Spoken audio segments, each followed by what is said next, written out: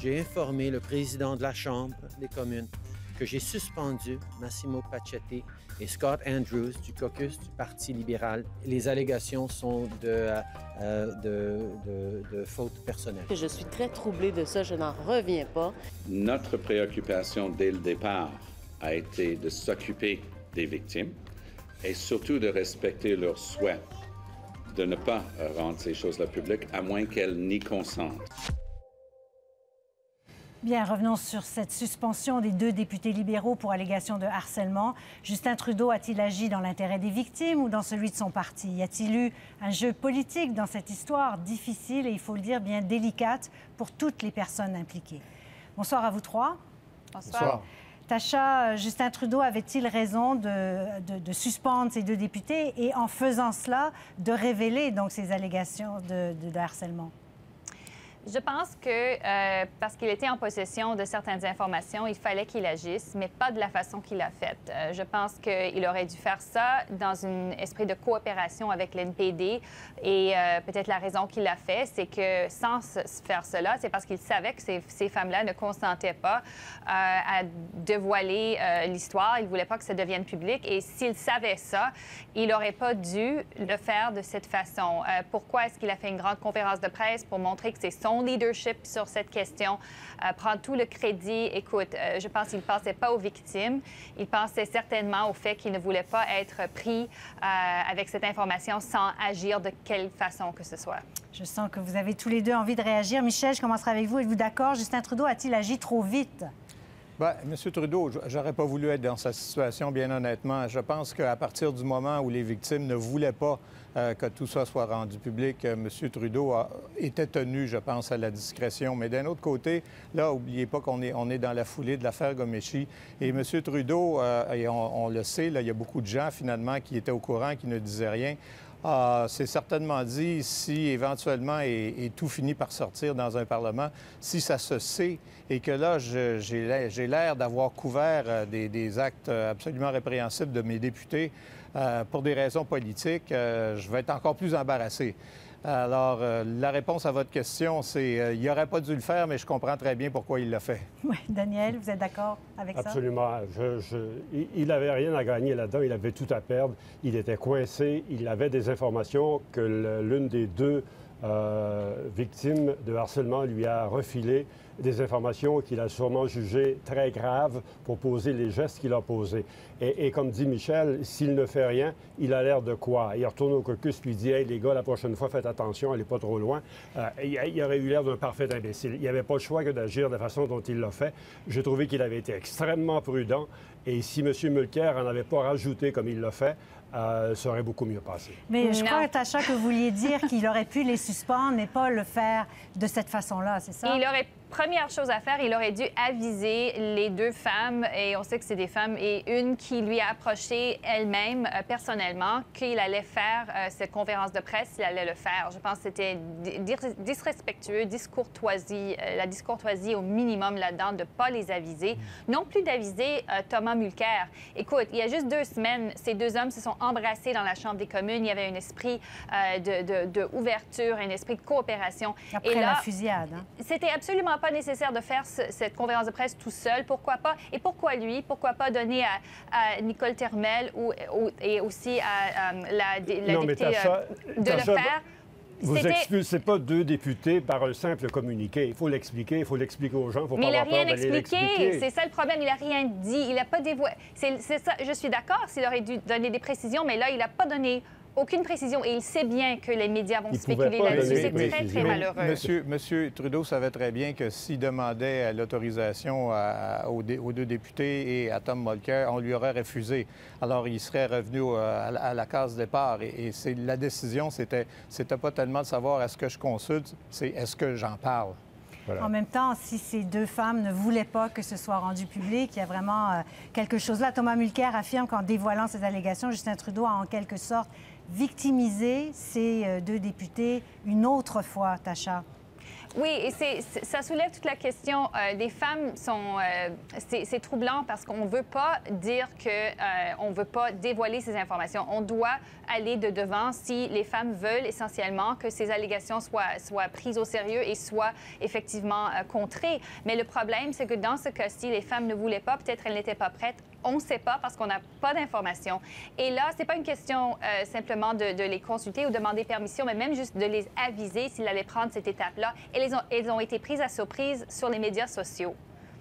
Michel, quand même, il accuse Justin Trudeau, Thomas Mulcair, de faire de la politique, mais lui en fait un peu aussi, non? Tout le monde en fait un peu. Ben oui, tout le monde en fait. C'est inévitable. Vous savez, la belle solidarité dont on parlait au lendemain là, des événements de Saint-Jean et d'Ottawa, c'était évident que ça ne durerait pas, que la trêve serait de courte durée. Mais là, je pense que ça ne durera pas éternellement non plus sur cette affaire-ci, cette polémique-là. Et dans la mesure où ça aura servi au moins à conscientiser tout le monde à un problème qui n'a pas de solution, là, parce qu'il n'y a aucune procédure de prévue à la Chambre des communes, ça serait déjà ça.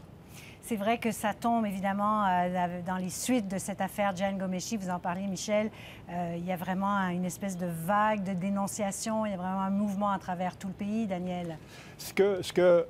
Oui, vous avez raison. Ce que Justin Trudeau aurait pu faire, et je sais que ce n'est pas évident non plus, c'était de dire à la victime à laquelle il a parlé, ou aux deux, s'il a parlé aux deux, on n'a pas ces détails-là encore, c'est de dire, écoutez, c'est très grave ce qui s'est passé.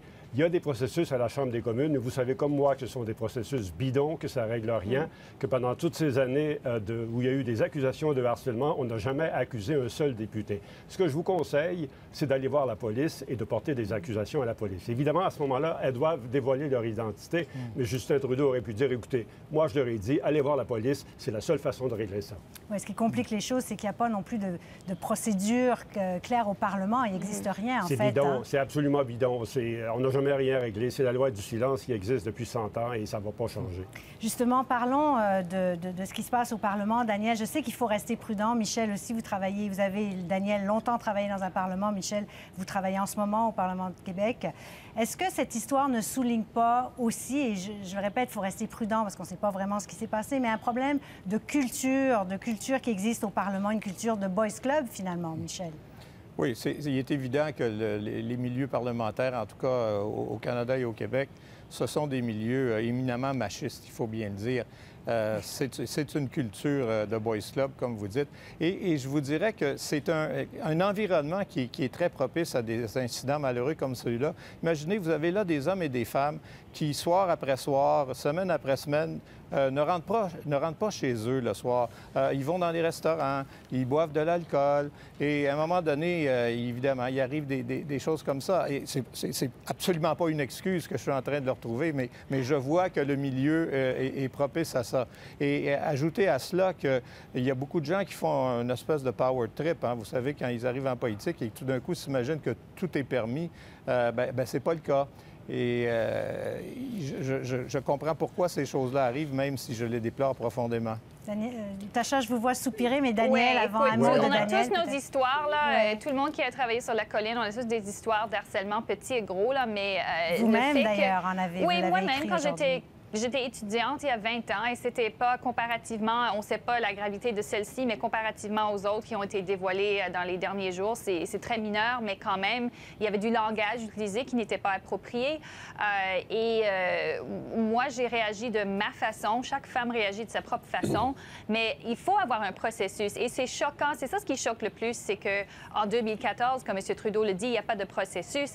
Et là, oui, je pense que ça va changer. C'est pas compliqué de mettre sur pied un comité qui peut gérer ces choses-là de façon permanente, que la Chambre des communes le fasse finalement. Daniel.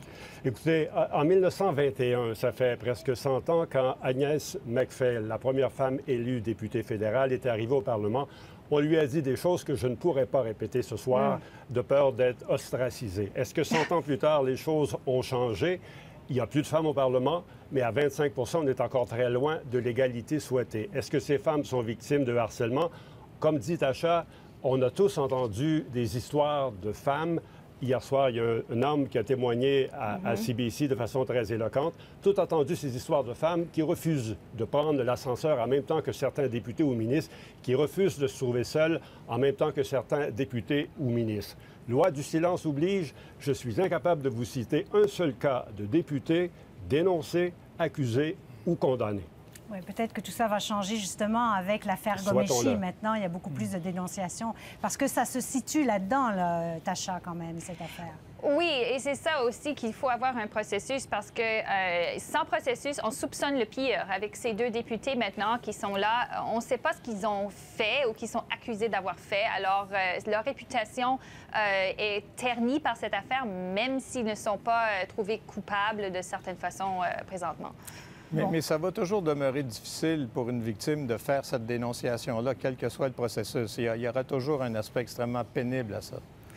J'aimerais qu'on parle, en terminant, un peu de ce qui s'est passé quand même au Québec cette semaine. Le gouvernement de Philippe Couillard veut augmenter le tarif des garderies, le moduler selon le revenu familial. Michel, combien de promesses Philippe Couillard va-t-il briser pour arriver à l'équilibre budgétaire? On va essayer d'accélérer un peu le rythme ici, Michel. Oui, bien écoutez, pour 3,2 milliards de manque à gagner, ça fait pas mal de promesses. Il y a déjà eu, vous voyez, les tarifs d'hydroélectricité qui devaient être limités à l'augmentation de l'inflation. Ce n'est pas le cas. Maintenant, les garderies, c'était une promesse formelle de M. Couillard. Là, la question est de savoir jusqu'à quel point cet exemple-là va être contagieux et si d'autres tarifs vont être indexés aux revenus, comme ce sera visiblement le cas des garderies. Mais il y a d'autres promesses. Vous pouvez être certaine qu'il y en a d'autres qui vont être violées. Tasha? Donc, moduler selon le revenu familial? Bien, je pense que c'est le gros bon sens. Écoute, on sait tous que malgré le fait que le Québec se dise que c'est bien qu'ils ont une politique de garderie universelle, ce n'est pas vrai. Que dans les quartiers riches, il y a beaucoup plus de disponibilité d'habitude que dans les quartiers pauvres. Et je vois une injustice si on veut déployer des fonds de l'État pour aider les gens qui ont besoin d'accès au programme. Pourquoi pas aider ces gens-là? Pourquoi est-ce que les riches ont le même accès et utilisent ça parfois? Je connais des gens qui utilisent ça comme garderie à temps partiel et ce n'est pas, il n'y a pas de justice là. Non. Mais certains diront qu'en fait, les riches payent déjà plus d'impôts, donc ils contribuent plus. Daniel, un mot là-dessus. Oui, c'est un bon argument, sauf que, bon, c'est le genre de programme qui ne peut pas échapper au couteau quand quelqu'un manie le couteau, comme le font les membres de l'équipe de Philippe Couillard en ce moment. J'écoutais aujourd'hui le maire de Gatineau, Maxime Pedneau-Potvin, qui est quelqu'un de très modéré, qui était furieux en disant « on est en train de pelleter dans la cour des provinces, des municipalités, le déficit de Québec, de la même façon que Jean Chrétien et Paul Martin l'avaient fait dans la cour des provinces en 93. » Et cette semaine, le mot de la fin, Michel, le français de Philippe Couillard qui n'a parlé qu'en anglais lors de son voyage en Islande.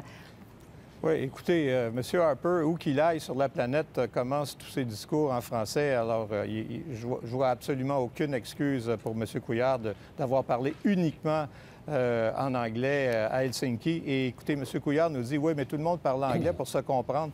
J'invite tout le monde à simplement entrer les mots Angela Merkel et Arctic Circle sur Google et vous allez tomber sur une vidéo où, dans cette même conférence, Mme Merkel a prononcé un discours d'ouverture uniquement en allemand.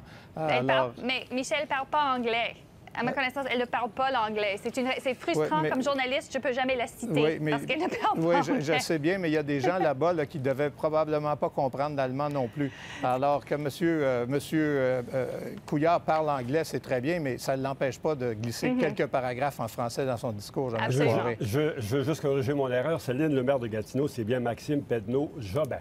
Désolé, monsieur le maire. D'accord, mais on a bien compris ce qu'il a dit. Merci beaucoup à vous trois. Merci. À la semaine prochaine.